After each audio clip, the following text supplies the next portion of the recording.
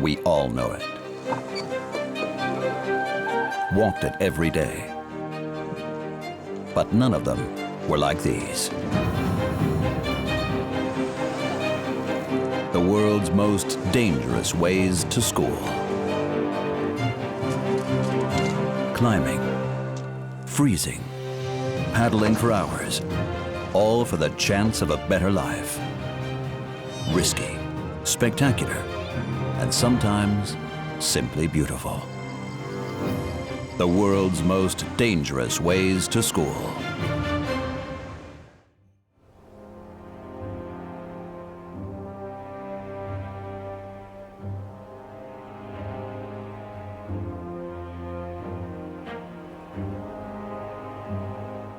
Siberia, endless vastness, Arctic temperatures. Even further east than Japan and 5,000 kilometers north of Vladivostok lies Yakutia, Russia's coldest republic. In the midst of it, Oimjakon. With 500 residents, it is the coldest inhabited place on Earth. The average temperature in winter, minus 40 degrees Celsius. Here, everything ordinary becomes something special. Also, and especially, the way to school. A daily adventure trip in hostile temperatures. The children of the Siberian Oimjakon have the world's coldest way to school.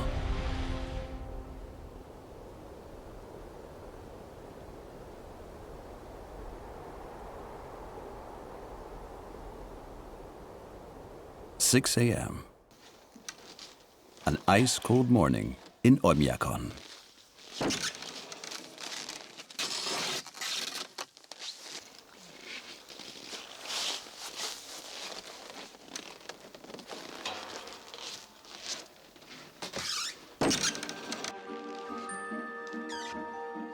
Irina Tarik is preparing for when her children get up.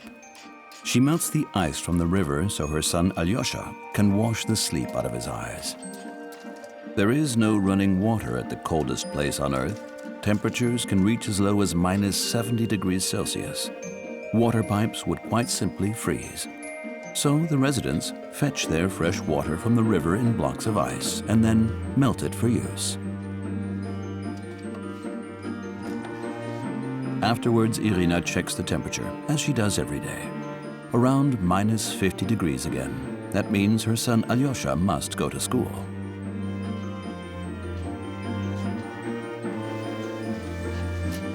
Alyosha is 8 years old. The children of his age group are only excused from attending school when the temperatures dip below minus 54 degrees. Even before his departure for school, Alyosha feels the grim cold. With no running water, the house also has no toilet, so Alyosha already has to go outside, to the outhouse in the garden.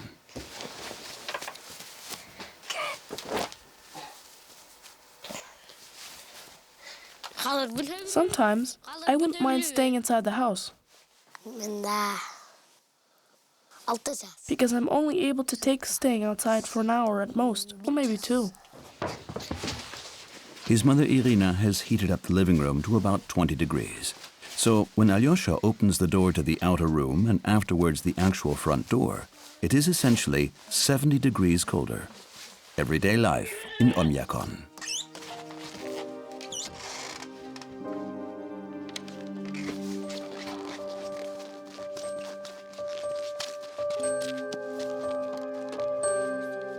In Oimjakon, no one spends more time than necessary out in the cold. Everything that happens outside is done very efficiently. Otherwise, it not only becomes unpleasant, but also dangerous. The little Yakut rushes back into the house as fast as he can.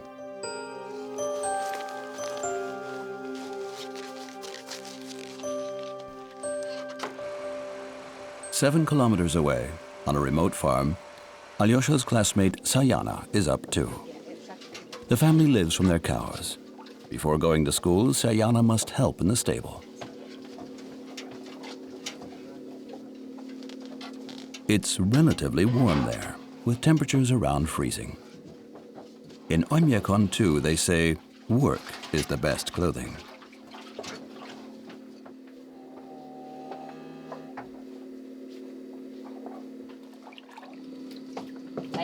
Sayana, will you please bring the bucket and the stool?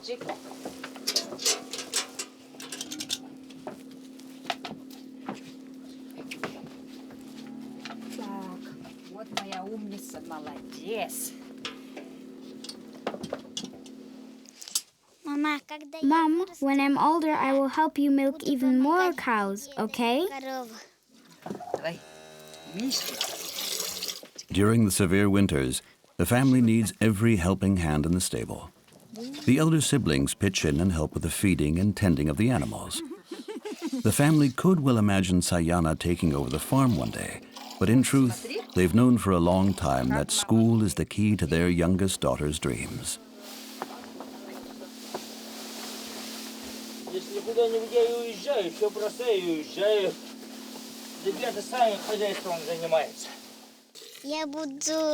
I like animals, not only cows, but also dogs and cats. That's why you'd prefer to become a vet, right? Oh, yes. Anyone who wants to become a vet must go to school.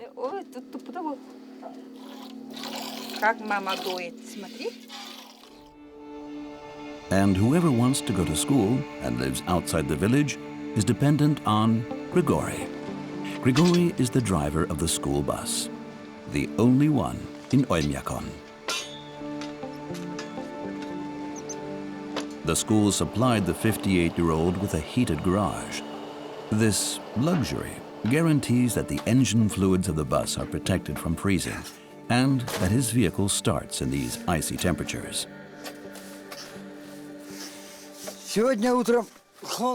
Today it is very cold again. I have to check the oil and the gearbox every morning. It's already below minus 50 degrees.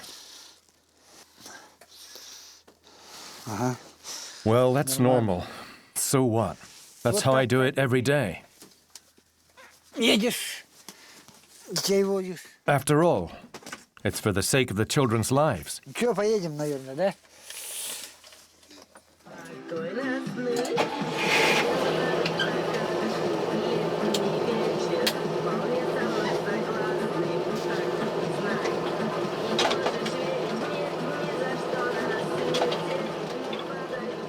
In order for the bus to be able to drive in these extreme temperatures in the first place, Grigory has taken special precautions for the bus. Engine failure with children on board would be very dangerous.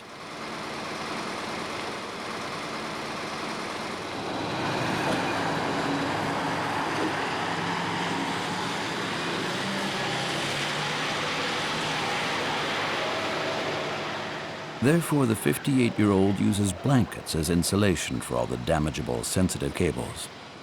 This is supposed to protect the bus against the extreme cold during 9 long winter months. Grigory keeps warm by listening to the radio, turned up loudly. Indeed, all the time.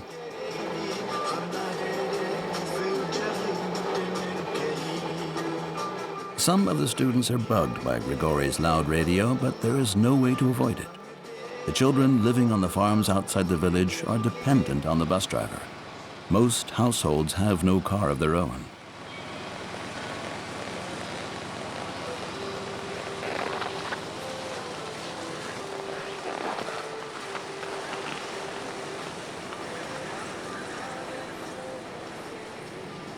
Back to Alyosha. After half an hour on the stove, the water from the river is warm enough for the daily spit bath.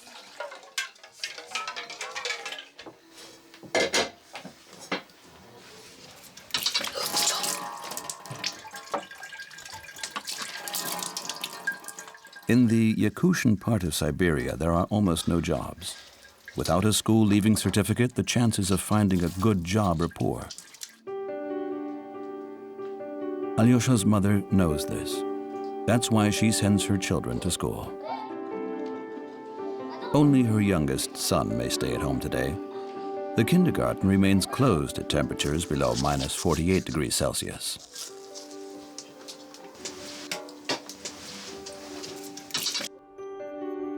On her parents' farm, 7 kilometers away from Oimjakon, Sayana's and her family's work in the stable is now done. Breakfast. There's fish, eggs, and warm porridge made of bread, milk, and sugar. A warm, high-energy meal. Sayana has older siblings who will soon have to catch the bus to school as well.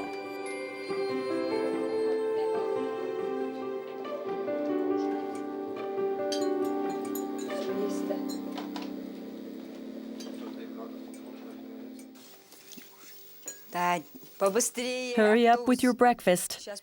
Make sure you don't miss that bus. The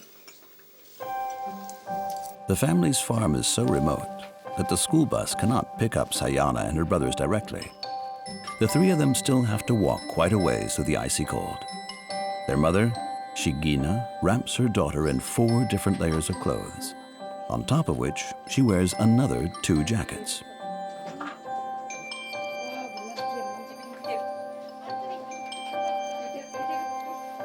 As well as 2 pairs of gloves, a cap, and a thick hood. Often Sayana wears so many clothes that she is unable to dress or undress by herself.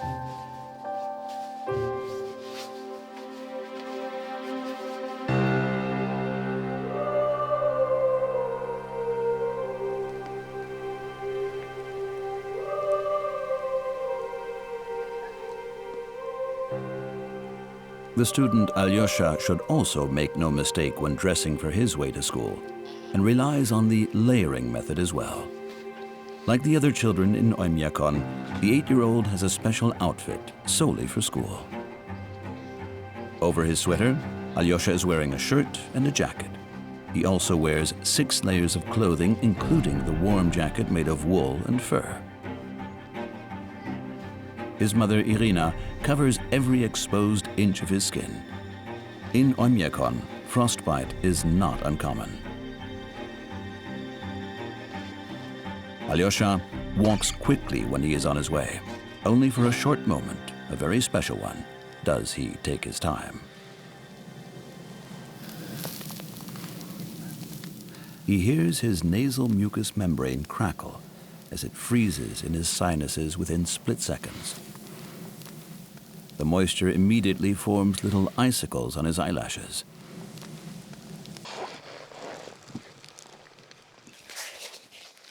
High time to get going on his way to school, which is about 1 kilometer long.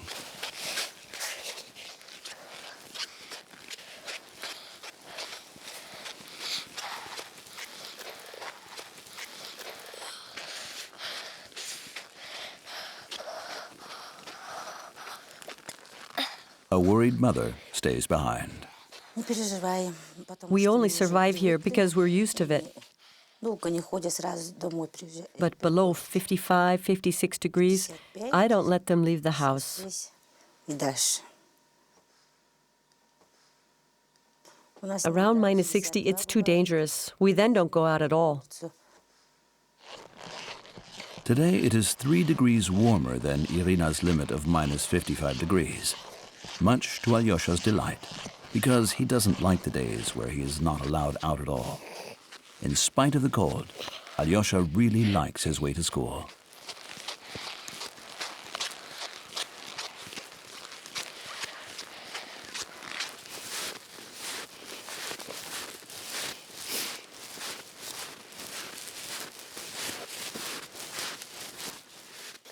I like my way to school because it's on foot.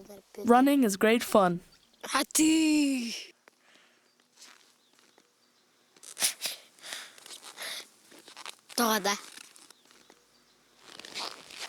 Alyosha likes to dawdle, and sometimes even makes a few detours, despite his parents' strict instructions.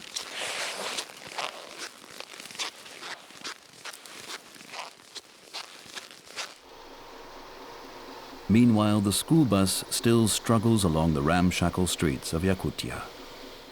Grigory needs to pick up nearly 50 children today and take them to school. Once Grigory fell ill, more than a third of the students missed class. If the bus breaks down yet again, it is dangerous for everybody, And this happens often in the coldest place on Earth.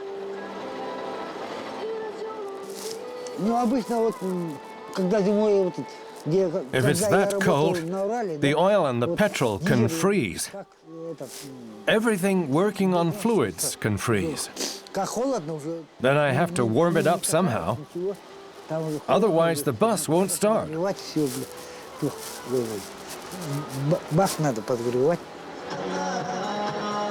The streets around Oimjakon are in poor condition.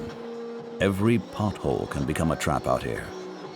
In the case of an engine breakdown, Grigori has 30 minutes until the temperature inside the car reaches the outside temperature of minus 50 degrees. The only bus driver far and wide is aware of his special responsibility. Carefully, he steers the bus around the largest holes. Out here, broken axles are not uncommon. At these temperatures, shock absorbers quickly freeze and become hard and stiff. But in Yakutia, a car is a newfangled phenomenon. The Siberians have always banked on their natural resources, which are independent of technology, which is sensitive to the cold. Reindeer. This deer species is an important part of life in Yakutia.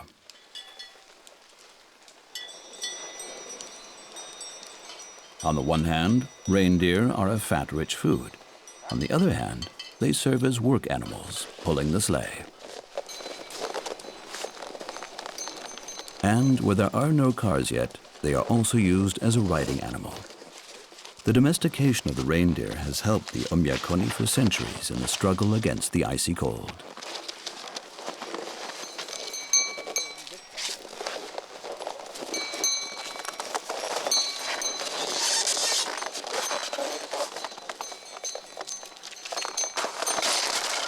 The reason for these extreme sub-zero temperatures lies in the unique geographical position of Yakutia.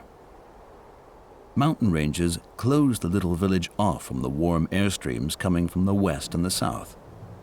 On the other hand, the door to the Arctic is wide open.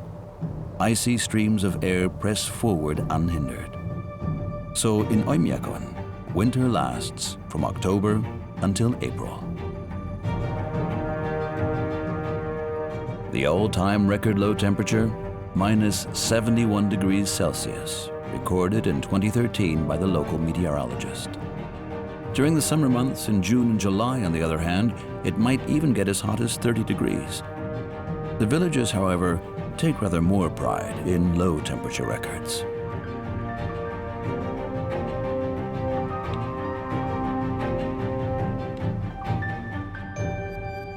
To go to school in these ice-cold temperatures is daily routine for the children in Oimjakon.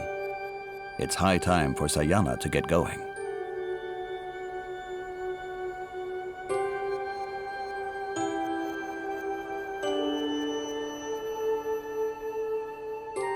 Sayana's siblings always join her. Her parents forbid her to walk this way alone. Their fear of her freezing to death on her way is too great.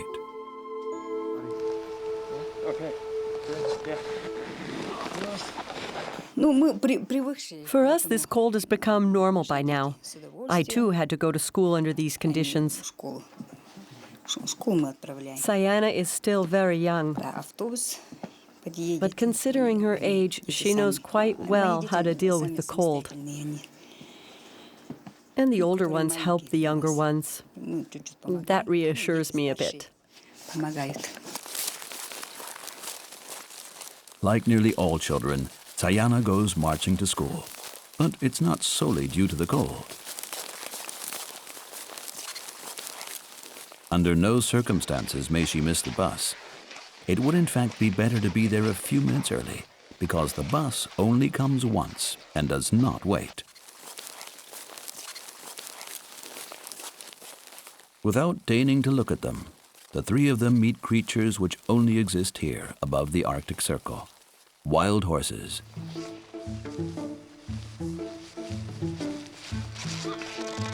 With especially thick skin. They run free and can cope with temperatures down to minus 70 degrees.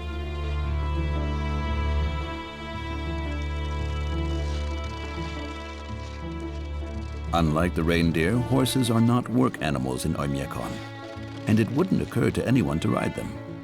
Horse meat is a delicacy here, and exercise would make the meat tough.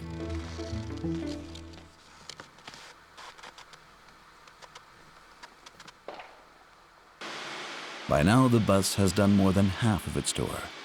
Several children have been picked up, and it's 3 more kilometers to Sayana's home.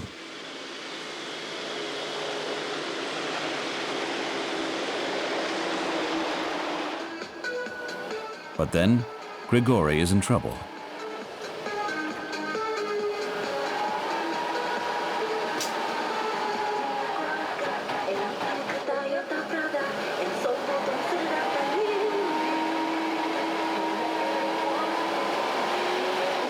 Something's wrong.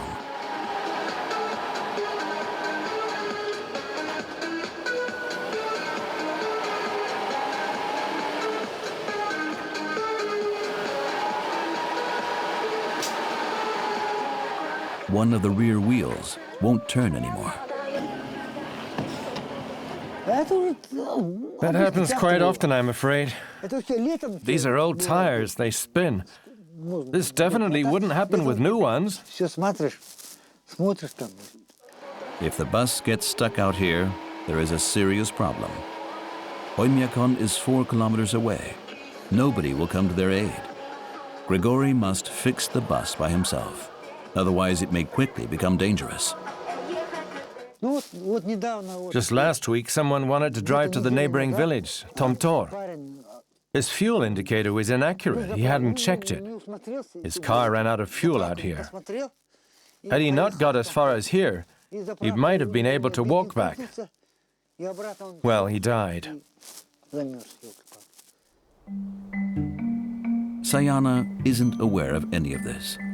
With hurried steps, she trudges to the meeting point through the snow.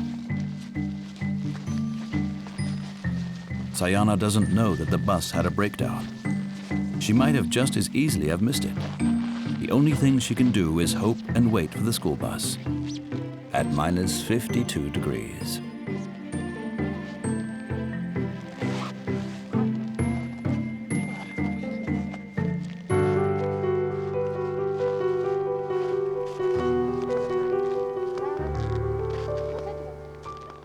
I hope the bus is still coming, or I won't be able to go to school. A few minutes the 8-year-old can afford to wait in the cold. Then she must quickly return home.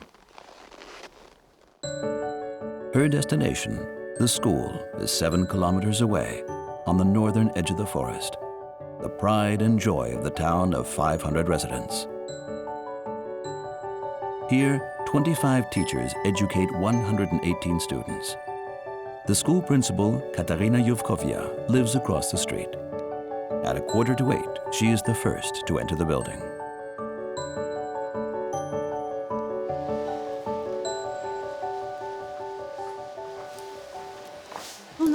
This is the only school here. For the children living in this area, it is the only chance to receive an education. The school, with its 25 classrooms, is the largest building in Oimjakon.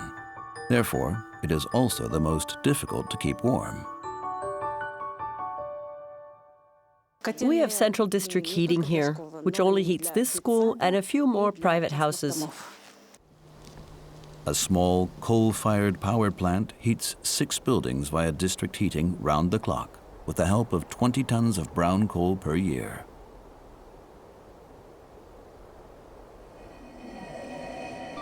All the houses in Oimjakon are built of wood, like the school. Any other material would burst with the differences in temperature of over 100 degrees between winter and summer. The structure of the houses is similar everywhere. An unheated outer room serves as a lock and storeroom. Then comes the heating room with the fireplace, followed by a room which is used as a living and dining room, and behind that lie the bedrooms. In order for the house to remain warm, the Oimjakons fill up every gap, however small, with polyurethane foam. But the cold comes in at some point anyway, always. Alyosha's father has to heat the house 9 months non-stop in order to keep it warm somehow.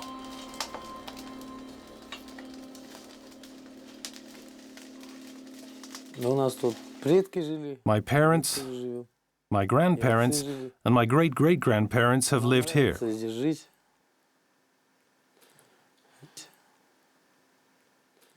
And so, we live here too. I like living in harmony with nature. In order to live in harmony with the extreme cold, one has to constantly be on the alert, even when performing very ordinary tasks. Irina cannot let the freshly washed laundry dry in the house. The risk is too great that the moisture will cause the beams of the house to split. At the coldest place on earth, the laundry always dries in the garden.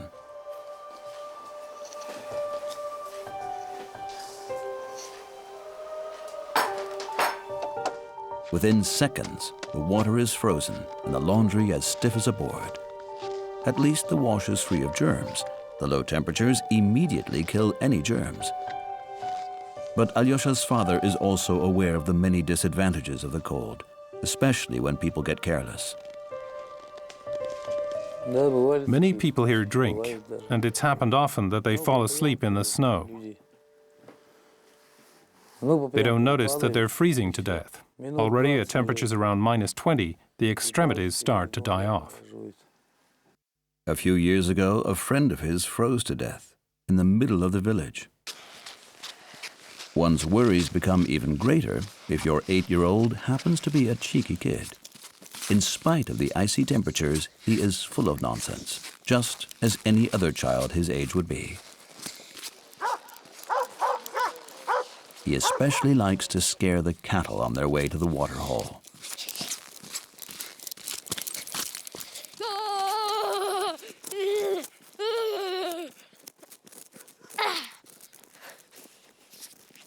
He takes no notice of the special clothes the thick-skinned cows are wearing.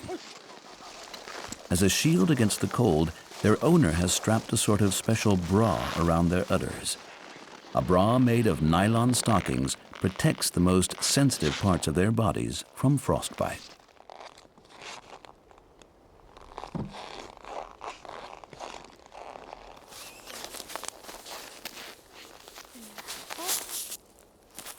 Sayana has been waiting for more than 15 minutes already, but still no bus in sight. If it doesn't arrive soon, she will have to return home.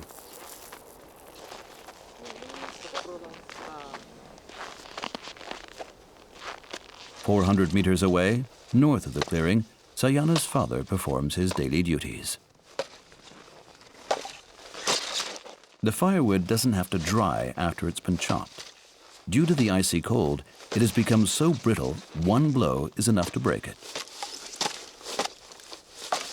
And Sayana's father needs a lot of wood. More than 60 cubic meters is burned by each inhabitant on average every winter. That adds up to 5 truckloads.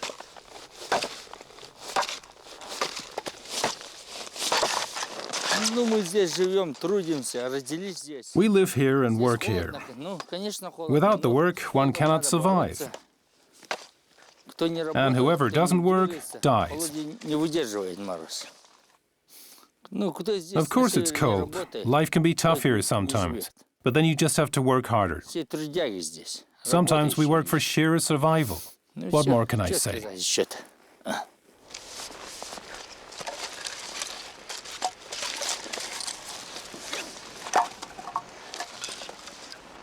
If it's extremely cold, I simply cannot allow my children to run around outside. Then they have to stay inside, play computer games or watch TV. The only way they're allowed to walk is their way to school anyway. For Sayana's parents, moving away from Oimjakon is out of the question. They decided a long time ago to live in the coldest place on earth.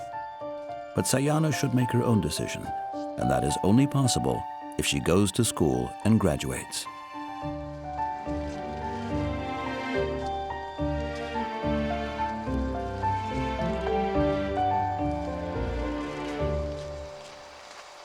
Like many other parents in Oimjakon, they put Grigori in charge of that.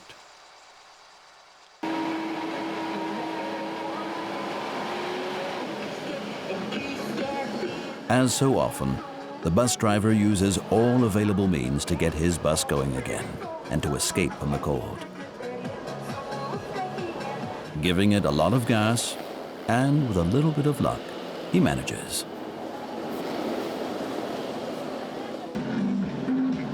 But now it's shortly before 8 o'clock. The breakdown cost him almost a quarter of an hour. It is quite possible that many children won't be waiting at the agreed meeting points anymore.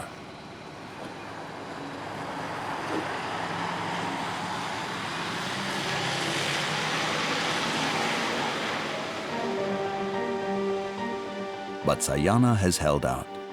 Just in time, Grigory picks up the freezing 8-year-old. The school bus. On the one hand, it's the only way to get to school. On the other, an unpopular necessity.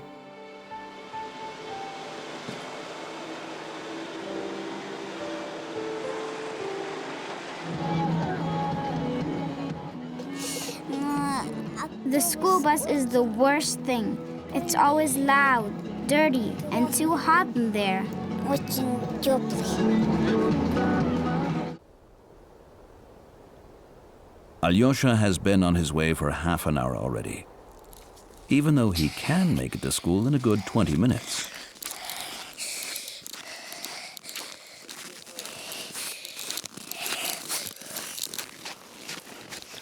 But the lure to take the detour across the frozen river in the morning was too great. Now the 9-year-old is freezing.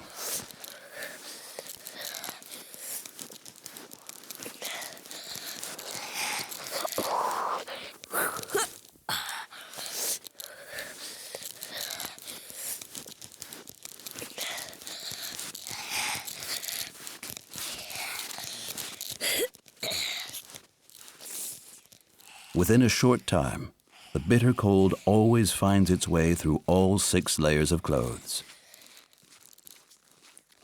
The ice beneath Alyosha's feet is up to 4 meters thick in some places. In winter, cars and Grigory's school bus use the river as a shortcut. For the boy, the riverbed is always a place to discover new things. Because the Indgirka, that's what the Oimjakons call the river, although frozen, is still alive.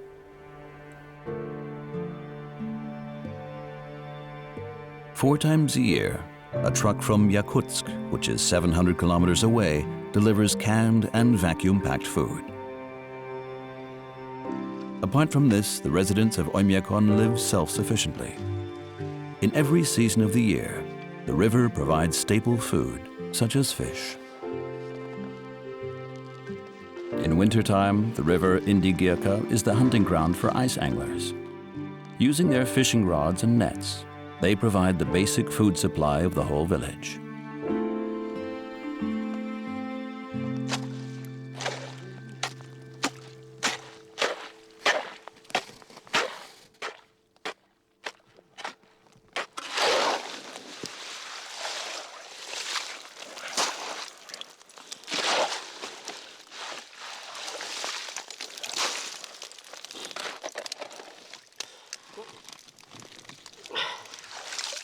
They wait for hours with their nets.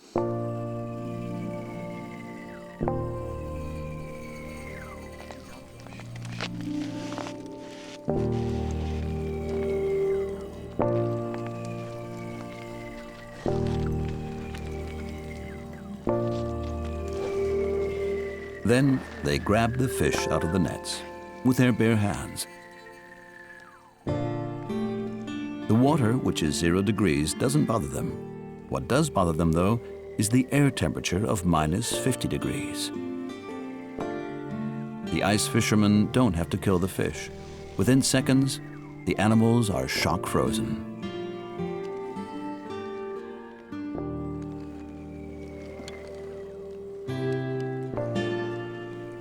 The ice fishermen probably have the coldest job here in Oimjakon. That's not for Alyosha. One day, he wants to create something and see the world. I'd like nothing better than to become an architect, build houses.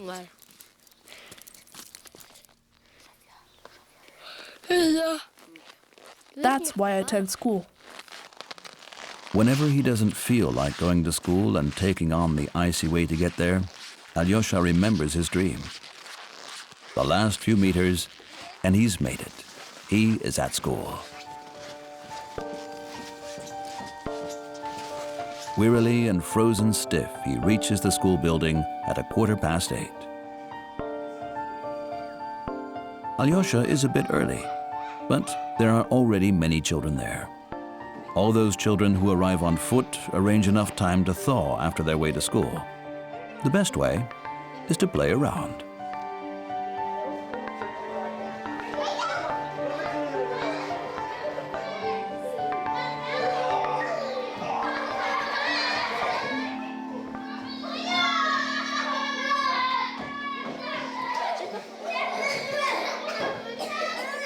Alyosha's teacher prepares for her class.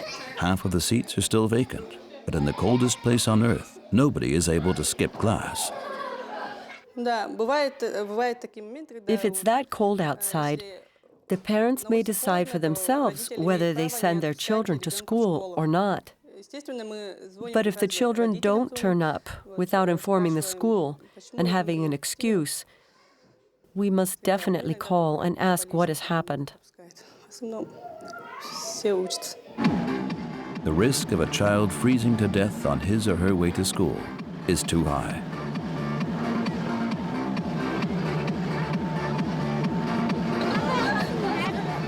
By now, the bus is full to bursting point. It's loud, stuffy, but at least it's not cold.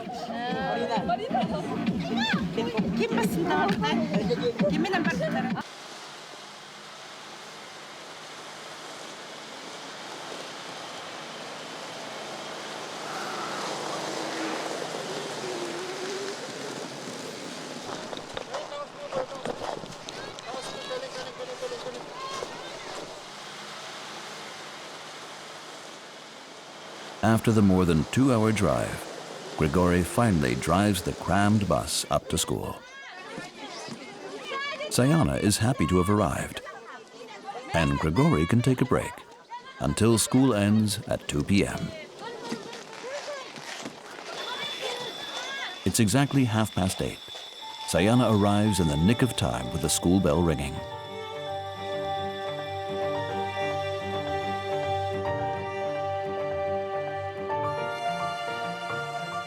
Today, all children are more or less punctual, and lessons start. 5 hours lie ahead of the children: math, biology, history, and Russian. Alyosha and Sayana are Yakuts. Their language is based on their Turkish and Mongolian roots. The Yakutian language has little to do with Russian, and so the children have to learn Russian almost as a foreign language, at least if they want to leave this forbidden place at some point in time.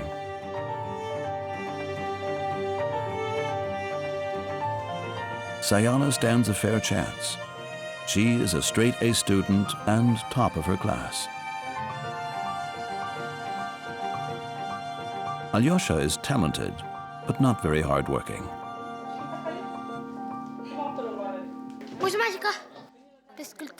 My favorite classes are history and math.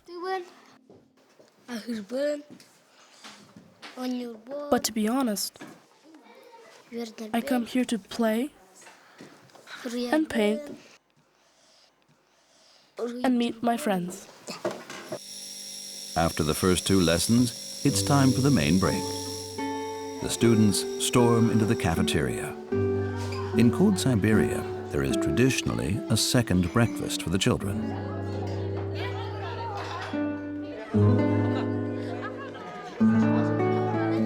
Warm noodles and hot tea, essential for the increased energy needs.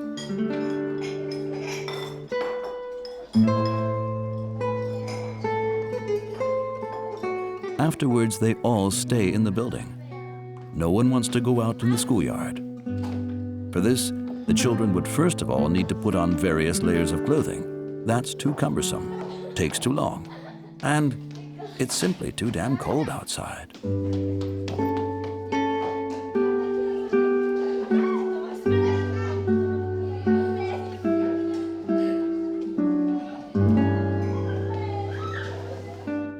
The play equipment in the yard is used only during 3 months of the year. However, they are designed in such a way that they can withstand even the coldest winter on Earth.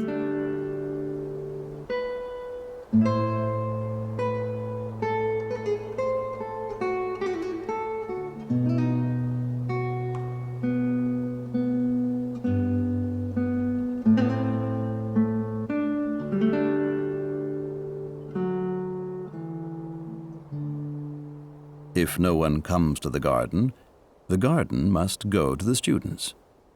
A few green plants provide for a little wellness oasis.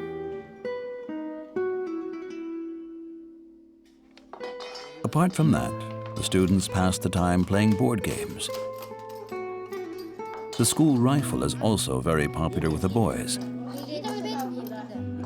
The children learn how to disassemble a real gun and put it back together again.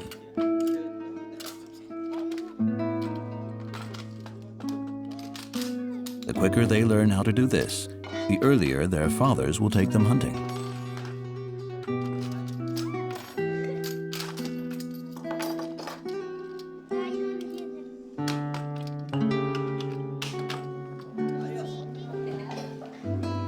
Since the children can't really let off steam inside the building, there are gym exercises at the beginning of the third lesson.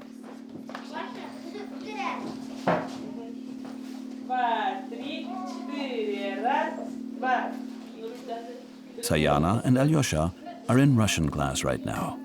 This time the students were asked to learn a whole poem by heart. Sayana worked hard and knows all the verses perfectly.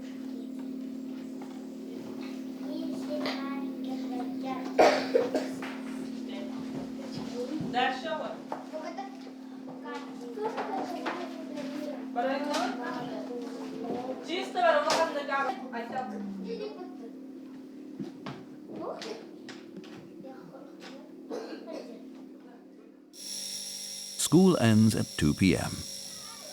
While the children from nearby start off on their cold footwalk back home, the school bus children wait for Grigory and his ramshackle bus in the school building, where it's nice and warm.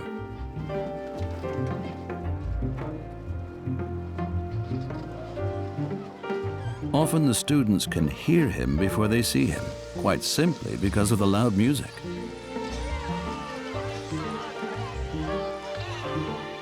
Afterwards, all of them just want to get into the warm bus.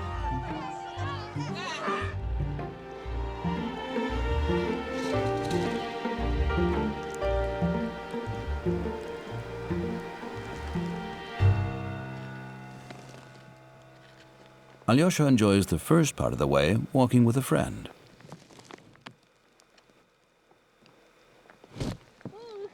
Then he's on his own again. Despite the extreme cold, his desire to move about is not in the least bit exhausted. Alyosha does what all children of the world do on their way home. He makes up his own games.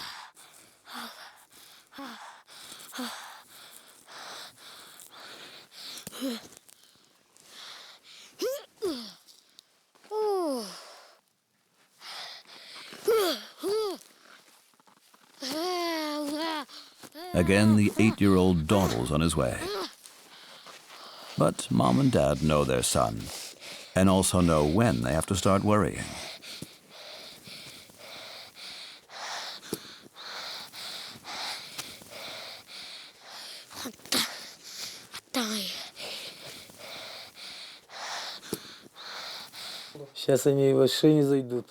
Now he's fully warmed up.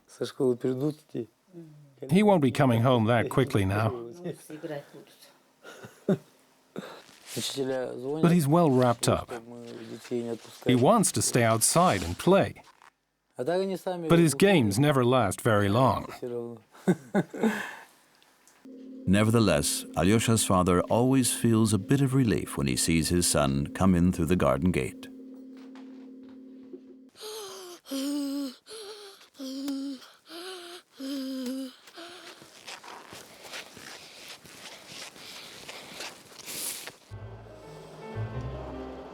Sayana made it through the drive back with Grigory's school bus.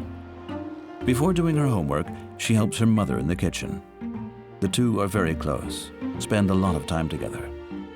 No wonder, friends from school rarely come over to play at the farm, because they must take the bus and have to stay the night.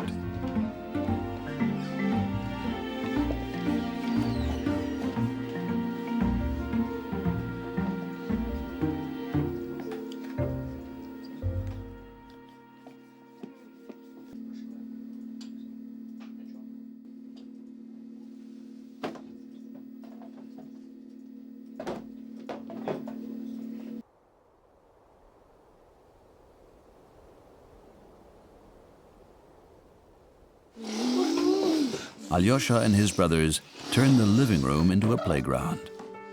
The three of them have a great time together.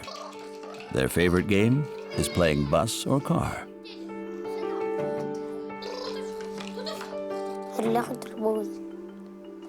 I prefer summer.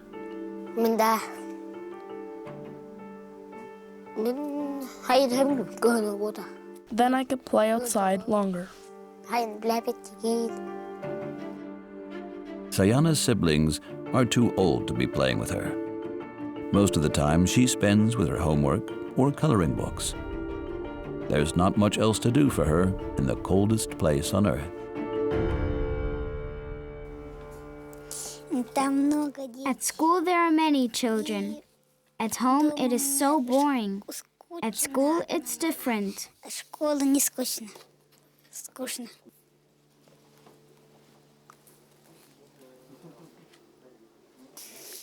And my siblings are always just sitting in front of their computers.